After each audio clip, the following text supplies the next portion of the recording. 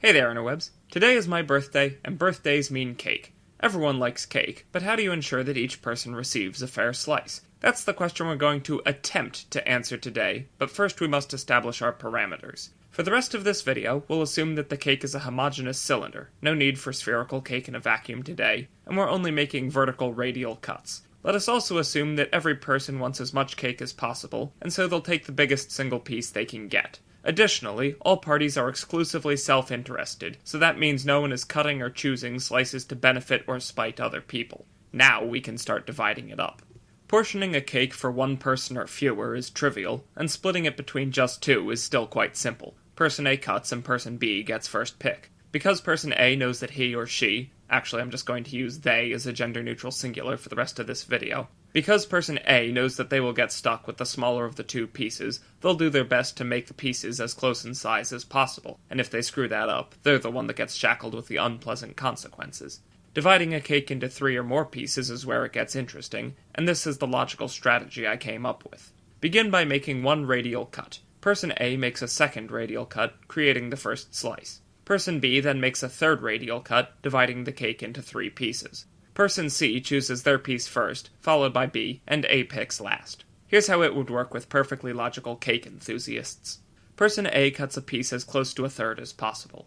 Because everyone will take the biggest piece available, and A picks last, A is guaranteed to get the smallest piece. Therefore, A wants to cut the cake in such a way to create the biggest possible smallest piece, which is a third. It's impossible to make any piece bigger than a third without making at least one other piece smaller. Now it's B's turn to cut. B can bisect A's slice in theory, but this is of no benefit to B, as C will take the enormous 2/3 sized slice, leaving A and B with less than a third each. B's best choice is to cut the larger piece as close to evenly as possible. Because B and C pick before A doesn't enter into B's calculations, and this functionally turns it into the same problem as dividing a cake for just 2 people. B could cut the big piece unevenly, then choose A's 1/3 sized slice, leaving the smallest piece for A, but this is of no benefit to B over an even cut, and no one is cutting or choosing to benefit or spite other people. So B cuts the big piece in half, creating a total of 3 slices as close in size as possible. Once you have 4 or more people, the third or later person to cut can ensure that people who pick after them, the last 2 people to pick, assuming everyone else chooses the biggest available piece, get smaller pieces, but this doesn't gain them a larger piece and thus is of no benefit to them. As a 4-person example, A and B would cut quarter-sized slices, but then C would bisect one of these, creating a half-sized slice, a quarter-sized slice, and 2 sub-quarter-sized slices. D would then take the half-size slice, and C would take the quarter slice they didn't bisect, leaving the 2 smallest pieces for A and B. This screws A and B over, but C still gets the same size piece they otherwise would have if they had cut fairly. The inequitable excess created goes to person D, not C. Because there's no incentive to slice through a smaller piece, the logical fairest option is to cut from the biggest current piece, which is always the remainder of the cake, and because those who cut before you will choose after you, their choice is a non-factor to you. Therefore, each person cuts using the same strategy, treating it as though they're making the first cut and the last pick. Time to go full-on mathematician. It's time to generalize.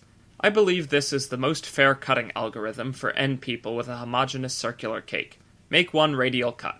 Person 1 makes a second radial cut, creating the first slice. Person 2 then makes a third radial cut, creating the second slice, and so on until person n-1 makes the nth cut, creating n slices. Person n gets first pick of all available slices, followed by person n-1, then person n-2, all the way back down to person 1. Wherever you are in the order, your ideal strategy is to take all of the people who haven't made a cut yet, including yourself, and cut a slice off the biggest current piece, which is the reciprocal of this number. Example with 6 people. A cuts 1/6 of the biggest piece, which is the whole cake. B now cuts 1/5 of the biggest piece, which is 5/6 of the total. 1/5 times 5/6 is 1/6. C cuts 1/4 of 4/6, and D cuts 1/3 of 3/6, or 2/3 and 1/2 if you want to be reductive. E makes the final slice, 1/2 of 2/6, forming 6 1/6 sized pieces. Ta-da! We can actually simplify this method a bit by saying that person A makes all of the slices but still picks last. Because they're guaranteed to get the smallest piece, they still want to make the slices as even as possible, which is our goal. Unfortunately, I've discovered a problem with this system, and, as usual, it's the human element. Stupid, imperfect humans always ruining mathematically ideal systems, grumble, grumble. The problem with this method is that the more slices that A has to make, the greater the likelihood is that they'll be uneven. If only one piece is smaller, but the rest are all equal in size, this is fine, except for person A, but it's more likely that there will be one largest piece, one smallest piece, and n-2 in-betweeny pieces. For example, if we have 5 people, A might cut slices which are 1/3, 1/4, 1/12, and 2 which are 1/6 each. A would get stuck with the 1/12 sized piece, but the 2 people who get the 1/6 sized pieces won't be happy about it. How do you decide who gets first pick, and thus the largest piece?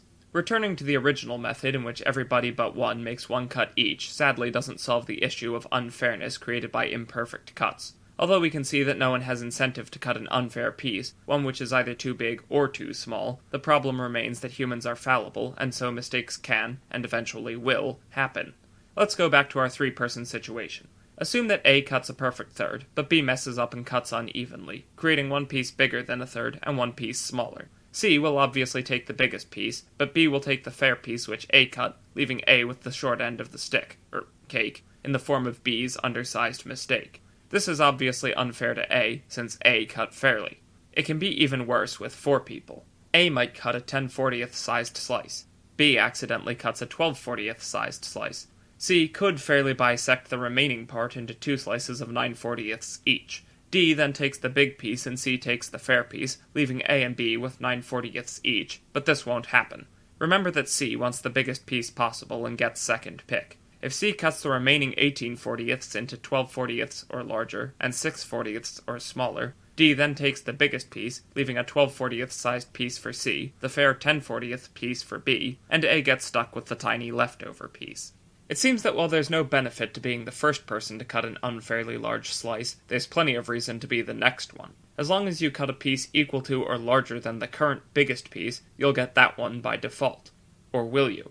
If there are 10 people, everyone would fairly get 1/10 of the cake. A cuts 1/10. B messes up and cuts 2/10. C wants that double-sized piece and cuts 3/10. Now there are only 4/10 remaining. D also cuts 2/10 because bisecting it creates the biggest pieces possible. 5 people still have to make a cut, and the biggest piece is that 3/10 slice. After it's been cut by person E, there will be no pieces sized 3/10 or larger. No matter what piece person E cuts, there have to be at least 3 pieces sized 2/10 or larger, but no more than 4. Because 7 people get to choose before person C, there cannot be any pieces 2/10 or larger when it finally comes C's turn to pick. All of these fractions and fractions of fractions are starting to make my head spin, so let's return to the much simpler 3-person situation to look for a better solution. I've discussed the generalized algorithm and this problem which it creates with my dad, who lest we forget has a master's degree in mathematics, and he's found a slightly fairer version for our trio of party-goers. It's largely the same as my strategy, but A gets to pick their piece before B. In this situation, both A and B are still motivated to cut the fairest slices they can, but A won't be stuck with any potential mistake by B, and although B could be stuck with A's mistake now, A has an incentive not to make the same mistake. Assuming that A cuts a fair piece, B wants to cut the remaining 2/3 as evenly as possible, because they're sure to get the smallest piece if they mess it up. If, however, A cuts their slice too large, B still wants to cut what remains as evenly as possible for the same reason. Since C will always take the largest piece, this ensures that both B and A will get pieces which are less than 1/3 the total amount, assuming that B doesn't also botch their slice. Therefore, we can see that A does not want to cut a piece which is larger than 1/3, but A also doesn't want to cut a piece which is significantly smaller than 1/3, but it takes some iterative reasoning to see why. It's basically a birthday game of I know you know. If A cuts a piece which is smaller than 1/3, B is going to get stuck with it because B always gets the smallest piece, or one of the smallest if there's a tie. If B cuts a piece which is even smaller than that, A will be stuck with the small piece they cut, but B will get an even smaller piece, which is not what they want. As long as B cuts what remains such that the smaller of the 2 pieces is larger than the piece which A cut, B will get A's piece, and at that point it doesn't matter to B where they make their cut. The result won't affect them. One of our starting assumptions was that everyone is exclusively self-interested, and therefore no one is cutting or choosing to either benefit or spite other people, but, again, humans are fallible. If A just screwed up their cut, sticking B with an unfairly small piece, B may be tempted to make what my dad named the revenge cut.